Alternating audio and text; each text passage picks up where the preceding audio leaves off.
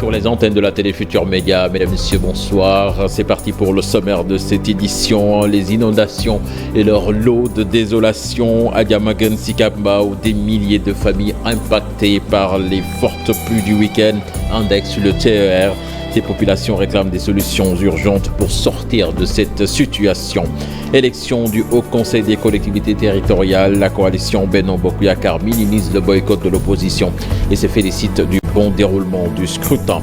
Le SAMES en grève pour 48 heures à partir de ce lundi. Le syndicat autonome des médecins du Sénégal accuse le procureur dans l'affaire Doura Diallo d'avoir raconté des contre-vérités. Et puis dans ce 20h, nous irons à Mbacké Bari, point de départ de l'exil de Cheikh Ahmadou Bamba Mbacké. L'on y retrouve un puits qui détient pas mal de secrets. Reportage à suivre dans ce 20h. On se retrouve dans quelques instants.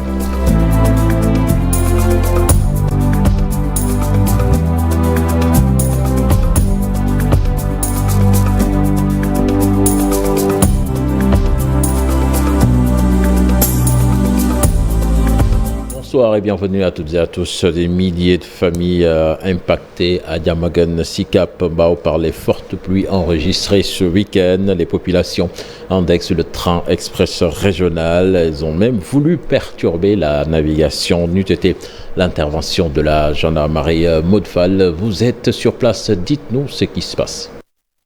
La pluie et ses dégâts. Les populations dans le calvaire. Après Mbao, nous sommes ici à Diamaguène, Sicap Mbao. Ici également, les populations sont dans le désarroi. Les pluies enregistrées ce week-end ont causé beaucoup de dégâts et nous y sommes devant l'hôtel de ville. Nous serons accompagnés par le maire de la commune pour tâter le pouls et constater les dégâts causés par ces pluies diluviennes.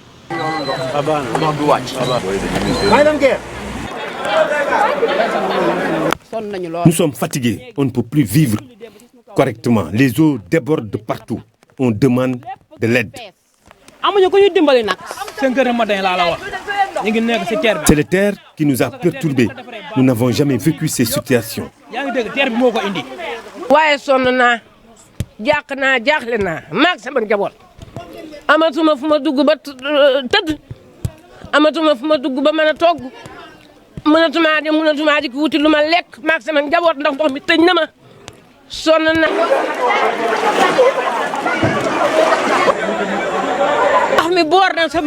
J'ai perdu mes dents à cause des eaux de pluie. J'ai glissé et l'irréparable s'est produit. La population de Samsam en a marre de cette situation-là. Depuis 2005, nous sommes en train de vivre dans un calvaire interminable avec les inondations. Il faut que ça cesse. De ces inondations quand même, causées par les pluies diluviennes, il y a le maire de la commune, Cheikh Aliou Bey, qui est ici avec nous, qui va nous expliquer les difficultés quand même qu'encourt cette population. Qui vise les ménages, qui vise à en tout cas aider les communautés à dégager les eaux pluviales comme les eaux usées. C'est ça le problème. Donc je pense que la situation est désastreuse. On est à plus de 3000 familles hier, avant-hier, qui a été recensées et qui sont dehors. Aujourd'hui, on est à 6000 familles et on n'a pas vu le plan Orsec. On n'a vu aucun dispositif du plan Orsec dans cette zone. Et regardez ces jeunes, regardez ces populations, regardez tout ce qui se passe dans cette zone et qui fait que carrément, il n'y a plus de maisons qui fonctionnent. Tout le monde est dehors, on n'a même pas des sites de recasement. Nous étions avec le maire de la commune de Diamaguène, Sicap Mbao. Il nous a expliqué qu'hier, il y avait 3000 familles qui étaient dans le désarroi. Aujourd'hui, il y a 6000 familles. Donc d'ici la fin des pluies, il y aura combien de familles qui seront dans le désarroi? En tout cas, il l'a dit, ils ne veulent plus de motopompes pour les populations. Elles ne veulent plus de motopompes. Ce qu'elles veulent réellement, c'est une canalisation pour évacuer les eaux. Il y a le terre, il y a le péage quand même qui ont causé d'énormes dégâts ici à Diamaguène, Sicap Mbao. Merci à vous, Maud Fall. Dans le département de Rufisque, plus particulièrement dans la commune de Sangalkam, des maisons sont englouties par des eaux de pluie. Les populations dans le détresse pointent du doigt les lotissements irréguliers. Elles déplorent aussi le manque de réactivité des responsables du plan Orsec. Un reportage signé Abdou Diouf Diagne et Ahmadou Bamba Samb. Cité Hawadia, Cité Sapko, Kounoune, Sangalkam village, partout les habitants crient au secours. Les eaux de pluie ont envahi plusieurs maisons. On a perdu pas mal de bagots, donc les voitures sont presque inondées, on ne peut pas sortir, ni sortir, ni entrer. Bon, c'était ça quoi, c'est ça qu'on voulait dénoncer. Si je prends l'exemple de M. Alun Diop, dont sa maison est là derrière nous, il faut au moins faire 10 à 15 mètres dans l'eau, à peu près une hauteur de 1 mètre pour accéder chez lui. Cette situation dramatique s'explique selon les victimes par l'obstruction des voies d'eau par les lotissements irréguliers qui se multiplient dans cette partie du département de Rufisque.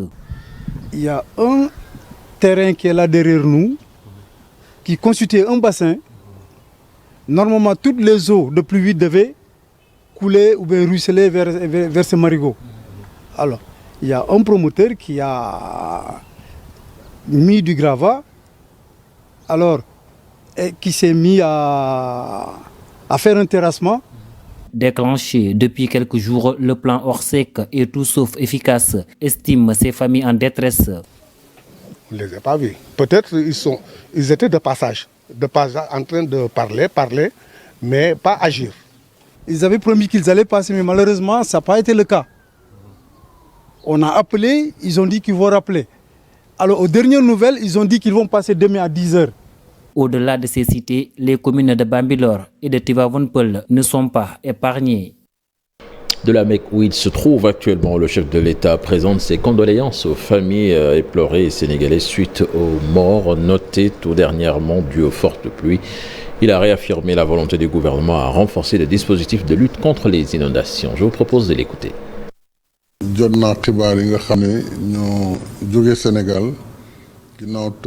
J'ai appris avec beaucoup de tristesse la disparition de 3 personnes, majoritairement des jeunes. L'une habite dans le Fouta, l'autre est mort à Cambérène et l'autre est décédé à Yeumbeul Nord dans le département de Keur Massar. Je présente ainsi mes condoléances aux familles éplorées. Et je rappelle également que ces pluies diluviennes sont dues au dérèglement climatique qui se passe actuellement dans le monde, ce qui fait que les pluies sont beaucoup plus intenses et les dégâts très importants.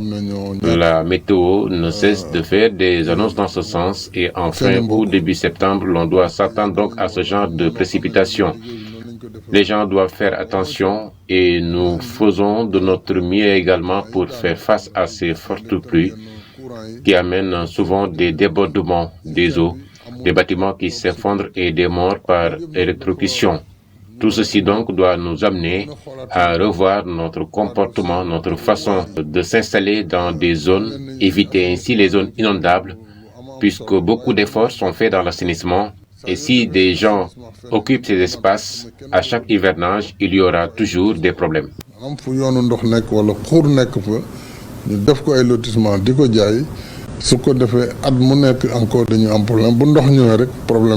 Les élections des membres du HCCT ont vécu ce dimanche à Dakar. Les conseils municipaux du département ont voté du côté de la coalition Benno Bokk Yakaar. On minimise le boycott de l'opposition. Reportage signé sur place par Faraning avec des images d'Aliou Ngagne.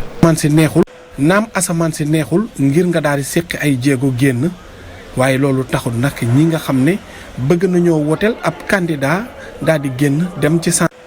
Les conditions météorologiques ne sont pas favorables certes, mais l'envie de porter un choix sur un candidat est manifeste. Les conseillers municipaux du département de Dakar ont fait le déplacement sous la pluie pour voter. Tout le conseil municipal de Ouakam, pratiquement à 90%, est venu accomplir son devoir citoyen.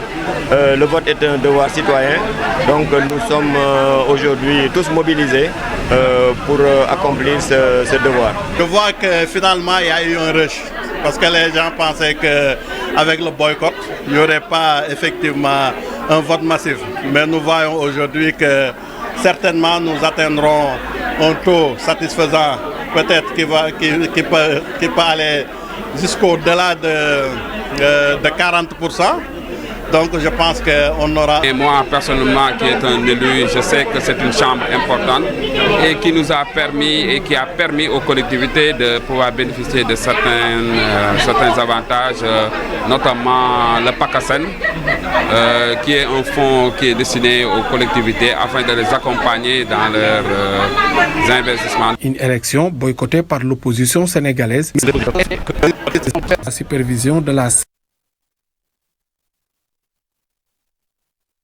Toutes nos excuses pour cet élément. Retenez que le président de la Sénat, à l'issue donc de sa tournée dans les centres de vote, a salué le bon déroulement du scrutin. À Thiès, la coalition Benno Bokk Yakaar s'est fortement mobilisée pour relever le taux de participation, comme s'ils se sont passés le mot. Même les ténors du parti de cette coalition, plutôt du département de Thiès, ont fait le déplacement au conseil départemental de Thiès. Reportage signé Charante Diop avec des images de Seyla Tire.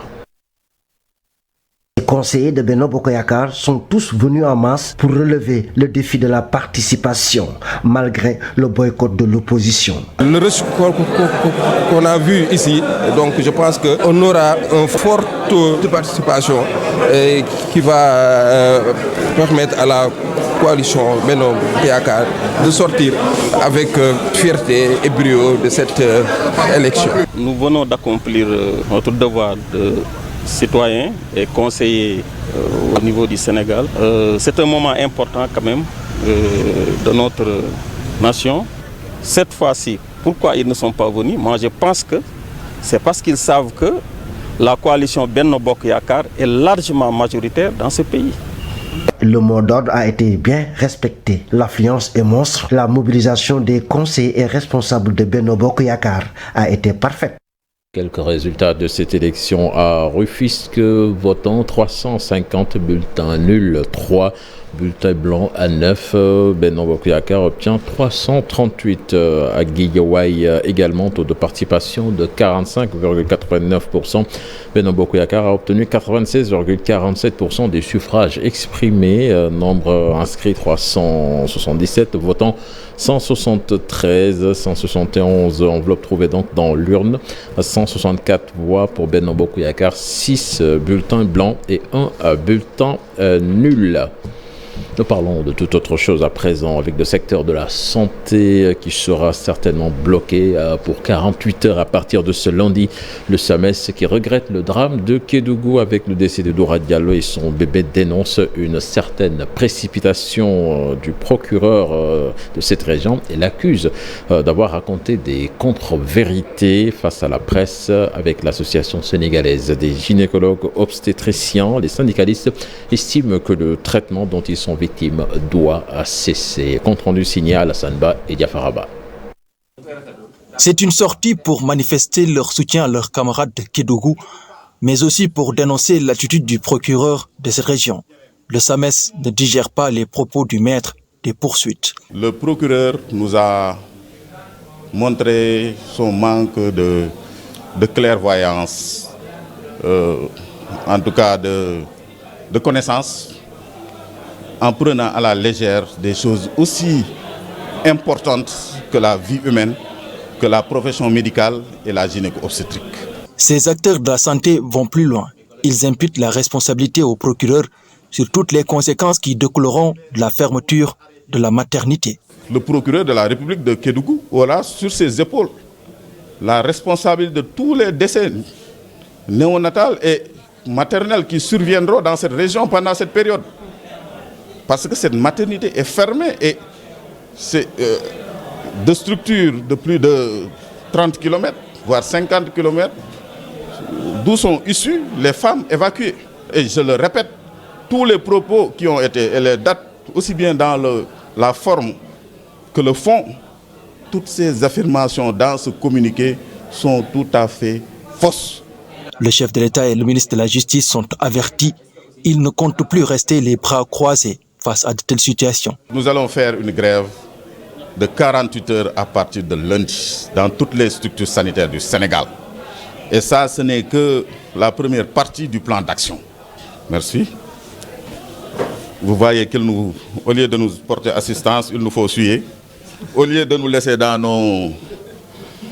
nos structures pour qu'on soigne les personnes, au Sénégal, les procureurs, malheureusement, ils nous obligent au combat. De grâce, je pense que l'État du Sénégal a fait beaucoup d'efforts pour mettre en place des structures de dernière génération. Il ne faudrait pas que le ministère de la Justice, par ce type de procureur incompétent et qui manque de manière notoire de connaissances, c'est grave pour un procureur de la République. Pour rappel, l'audit effectué par le ministère de la Santé a contredit les propos du procureur de la République près du tribunal de grande instance de Kédougou. Selon le rapport, la dame Doura Diallo présentait des risques susceptibles de compromettre la grossesse et l'accouchement. Actualité religieuse à présent, le Magal des deux Rakas de Serigne Touba Mbacké Khadim Rassoul à Saint-Louis, à l'événement prévu demain. Les talibés mourides donc célèbrent la prière des deux Rakas que Serigne Touba avait effectuée dans le palais du gouverneur. C'était le 5 septembre 1895. Beaucoup d'activités se déroulent actuellement dans la vieille ville, notamment la journée du Coran qui a permis aux participants d'inviter davantage les jeunes à suivre les prescriptions de l'islam. Ousseynou Diop. À quelques heures de la célébration de la 46e édition du Magal des deux Rakas de Saint-Louis, que le fondateur du mouridisme avait effectué au palais gouverneur le 5 septembre 1895, toutes les mesures sont prises pour une bonne réussite de cet événement religieux. Le gouverneur de la région, Ali Mbadara Samb, a rassuré les talibés mourides qui vont venir à Saint-Louis. En période d'hivernage, vous savez qu'aujourd'hui, avec les changements climatiques, Saint-Louis, comme beaucoup de localités, sont sujets aux inondations.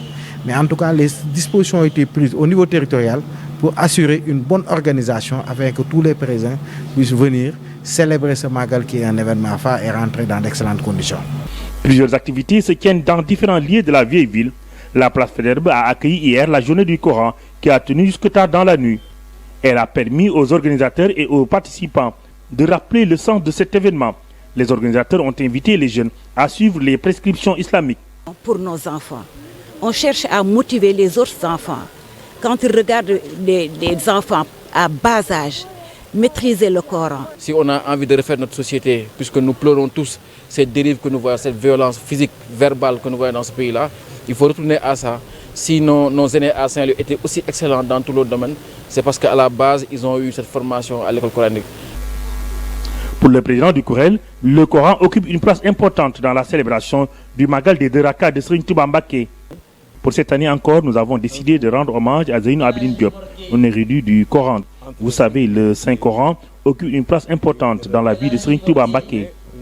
Des milliers de talibés et pèlerins sont attendus dans la ville où la décision d'exiler Serigne Touba a été prise par le colon. C'est Diop, à quelques jours de la célébration du Grand Magal de Touba, notre équipe s'est déplacée à Mbacké Bari, point de départ en exil de Cheikh Ahmadou Bamba Mbacké, dans cette cité religieuse où le Cheikh avait écrit le célèbre Khassida Hasbunallahu. On y trouve un puits qui détient pas mal de secrets, découvertes avec Mamadou Moustapha Ndiaye, avec des images de Sidi Thiam.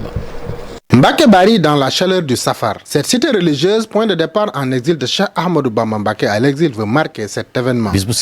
Chaque jour, nous organisons des séances de récital de Coran et de Khassida ici à Mbacké Bari, qui est le point de départ en exil de Khadim Rassoul. Nous préparons aussi des repas copieux destinés aux talibés, comme l'avait recommandé Cheikh Ahmadou Bamba Mbacké. Hasbunallahu, ce Khassida chanté en chœur par ce Courel est dénommé. Des paroles du Cheikh écrites dans cette chambre, c'était lors de sa retraite spirituelle à Mbacké Bari. Ce Khassida que le marabout avait écrit ici à Mbacké Bari avant d'effectuer son voyage, à l'instar du prophète qui, lors de la deuxième bataille de Badr, les gens essaient de l'intimider à cause du faible effectif de combattants qu'il disposait. Malgré cela, il avait gagné grâce à la détermination des Sahaba. C'est le même secret qui a motivé Cheikh Ahmadou Bamba, qui a même écrit sa Khassida ici un jour de vendredi soir, en sus des consignes du prophète qu'il a vu en rêve.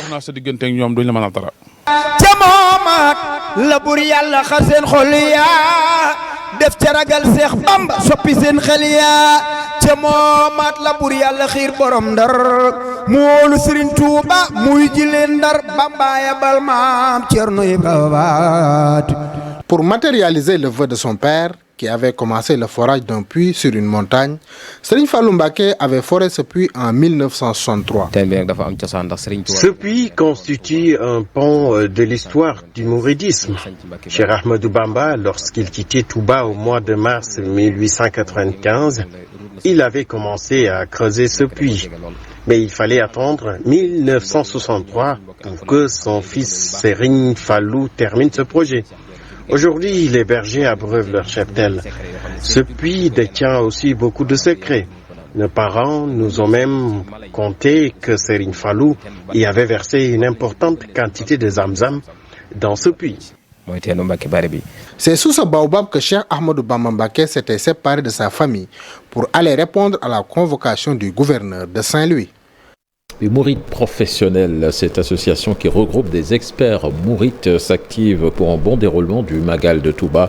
Ses membres, pour la circonstance, ont tenu un atelier. C'était à la grande mosquée Massalikoul d'Inan. Reportage Abdoulaye Diop avec des images de Modou Diop. Mobiliser les experts mourides au service de la ville de Touba, c'est le défi que s'est lancé Mourides professionnels. Un groupe d'experts mourides qui a vu le jour il y a 2 ans. L'objectif, c'est d'accompagner Serigne Mountakha Bachir dans ses nobles missions, qui n'est rien d'autre que vraiment de faire de Touba une ville, une ville à l'instar des villes modernes. Invité à participer à cet atelier, le chargé de la communication du Grand Magal de Touba rassure la communauté mouride tout en rappelant que 2 problématiques sont à l'ordre du jour.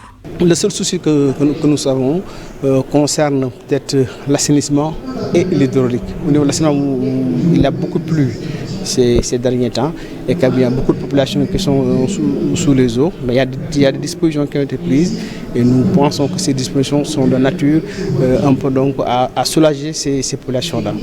Ce membre du Mouride professionnel est expert en hydraulique. Il explique la problématique de l'eau à Touba et propose des solutions. Quand on parle de ressources en eau, on parle en termes d'accès, mais l'accès en termes de qualité et en quantité. Donc comment faire pour avoir un magal avec des ressources en eau suffisantes et en qualité. C'est ça l'objet de notre contribution.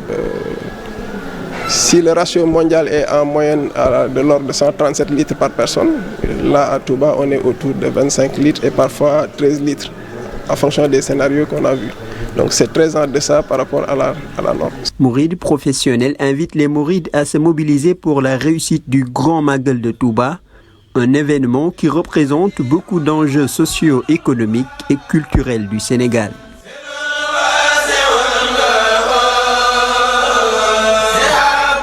Parlons politique à présent avec la déclaration de candidature de Malick Gakou à la présidentielle de 2024. Le leader du grand parti a fait l'annonce hier lors du séminaire du comité directeur du parti à Dakar. Il a dit tout son engagement à être le défenseur des intérêts des Sénégalais et de réaliser les espoirs de tout ton peuple. Malick Gakou que je vous propose d'écouter au micro de Younous Diatta. Mesdames et messieurs les membres du comité directeur. bëgg naa yëkkati samay kàddu fii Sénégalais yëpp dégg ma may xamal que ni man candidat la ci élection présidentielle yi di ñëw ci 2024. Mesdames et messieurs les membres du comité directeur.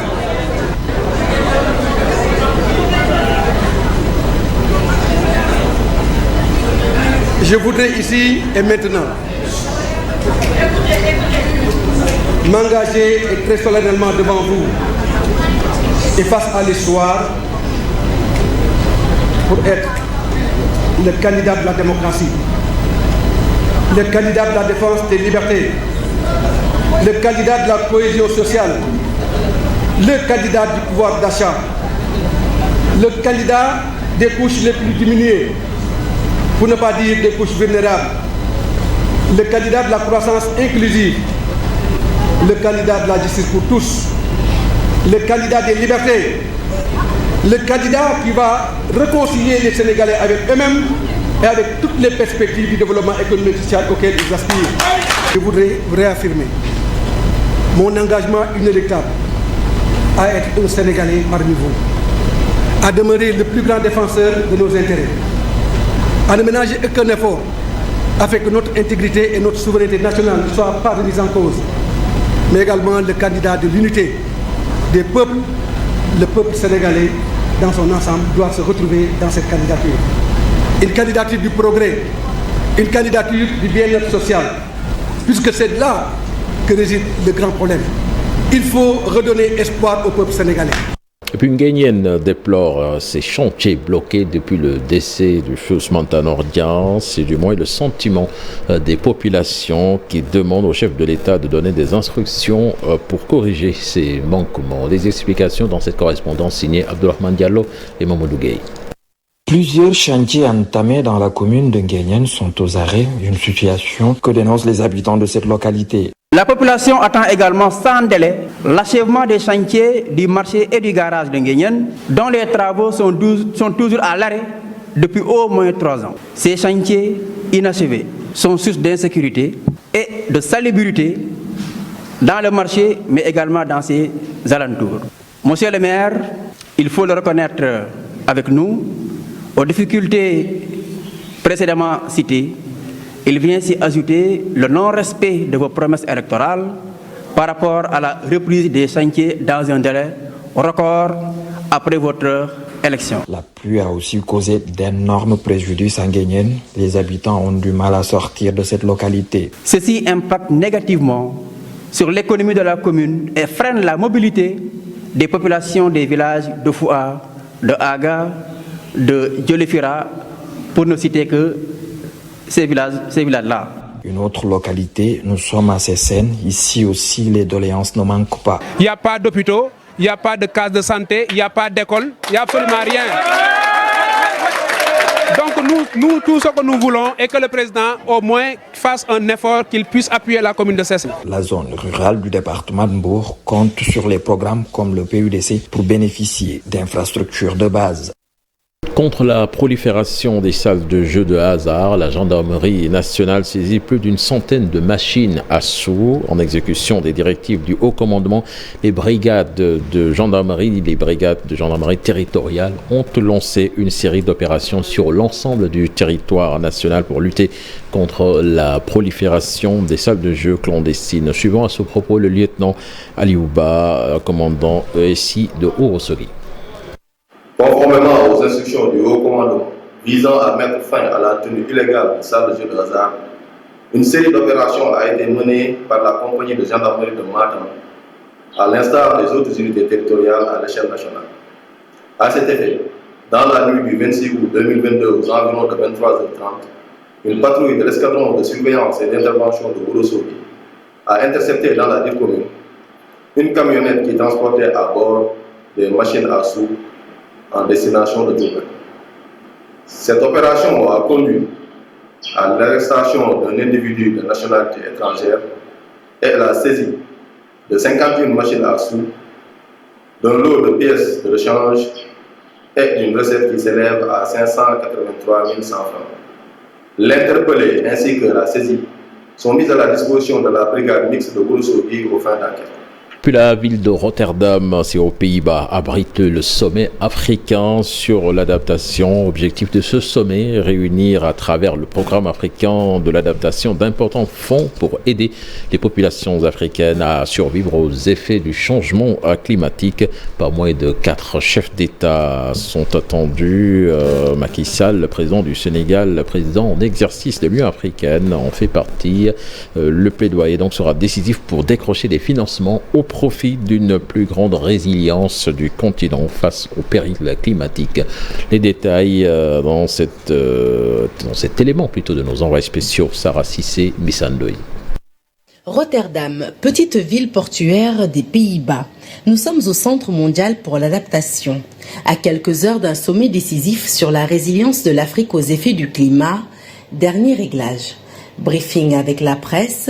Précision sur le déroulement d'une journée capitale pour le destin d'une Afrique qui contribue le moins au changement climatique, mais qui en paie le plus lourd tribut. Selon le groupe d'experts intergouvernemental sur l'évolution du climat, la sécurité alimentaire et hydrique, les conflits et les migrations irrégulières impacteront davantage le continent si rien n'est fait pour endiguer le péril climatique. Des canicules plus fréquentes et plus longues, des sécheresses, des inondations et des cyclones s'empareront du continent déjà affaibli par la pauvreté. Face à l'alerte rouge, une seule alternative, l'adaptation. Les stratégies de l'adaptation visent à réduire la vulnérabilité du continent aux effets du climat en mobilisant à son compte de plus grandes sources de financement. C'est tout l'intérêt de ce sommet. La déclaration du président Macky Sall et des autres dirigeants africains serait la suivante. Nous avons un plan d'adaptation pour faire face aux chocs sur le continent. C'est un plan pour la croissance, c'est un plan pour l'emploi, c'est un plan de développement et nous voulons que ce plan soit financé. Nous, dirigeants africains, mettons de l'argent sur la table, mais nous attendons aussi de l'Occident, de l'Europe, des États-Unis et du Canada qu'ils contribuent aussi financièrement. Plusieurs sommités du monde des finances et chefs d'État africains sont donc attendus à ce grand rendez-vous. Le Centre mondial de l'adaptation vise à mobiliser au profit de l'Afrique 25 milliards de dollars d'ici 2025 et cela commence dès ce 5 septembre. Si de nombreux pays africains sont aujourd'hui engagés résolument dans un modèle de croissance résilient aux effets du climat, le continent, il faut l'avouer, continue de faire face à un important dilemme de financement.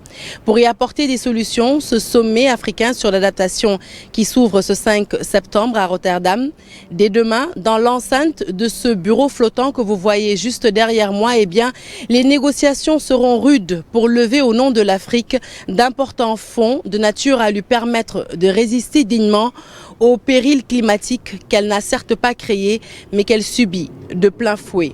Plusieurs chefs d'État africains sont déjà sur place, parmi lesquels le président Macky Sall, dont l'intervention est d'ailleurs très attendue, puisque vous le savez, il est également le président en exercice de l'Union africaine.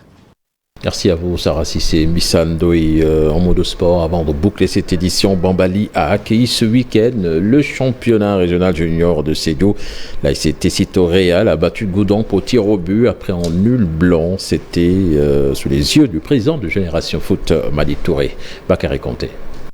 C'est sous une forte pluie que s'est jouée cette finale régionale remportée par l'ASC Tessito Real de Marsassoum dans un terrain presque impraticable. Aliou Dabo, président de la Ligue régionale de football de Sédhiou. Peut-être c'est l'état du terrain qu'on regrette un peu, mais je crois que le discours du président nous rassure. Il nous rassure parce qu'il nous a fait comprendre qu'un travail sera fait pour rendre ce terrain-là praticable. Et Dieu fait bien les choses parce qu'à l'occasion du Sargal ou de marche de gala de Sadio, c'était comme ça. Et malgré tout, il y avait du bon jeu, affirme Madi Touré, président des Générations Foot, qui invite d'ailleurs Sadio Mané de mettre à la disposition des jeunes de Bambali un stade gazonné après la construction du lycée et de l'hôpital. Vu l'état du terrain, vu la qualité du jeu qu'on est en train de voir, cela prouve qu'aujourd'hui, que le football, il n'y a que le football qui peut rassembler.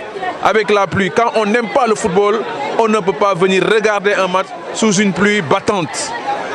Et le fait qu'on soit là aujourd'hui avec les staffs de Génération Foot pour venir voir ces jeunes, je peux vous dire que le football aujourd'hui est devenu une économie.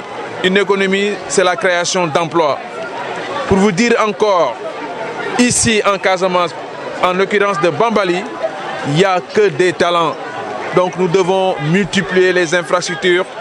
Et je pense aussi que mon fils Sadio doit en faire sa première priorité, c'est de mettre un terrain gazonné en synthétique ici à Bambali pour que les jeunes puissent jouer dans de meilleures conditions. Les autorités locales demandent un partenariat avec Génération Foot. À l'instar de Sadio Mané, à l'instar de Papis Demba Cissé, d'autres jeunes peuvent émerger et vraiment apporter une plus-value importante à la région de Sédhiou. Parce que Sadio Mané actuellement est un acteur de développement, mais il l'a eu grâce au sport. Donc nous espérons que cette initiative-là va booster en tout cas le sport dans la région de Sédhiou. Madi Touré a mis à la disposition de toutes les équipes des maillots, des trophées, entre autres des ballons. Merci à vous, Bakary Conté. C'était le dernier élément de ce 20h. Excellente suite des programmes en compagnie de la Télé Futur Média. Au revoir.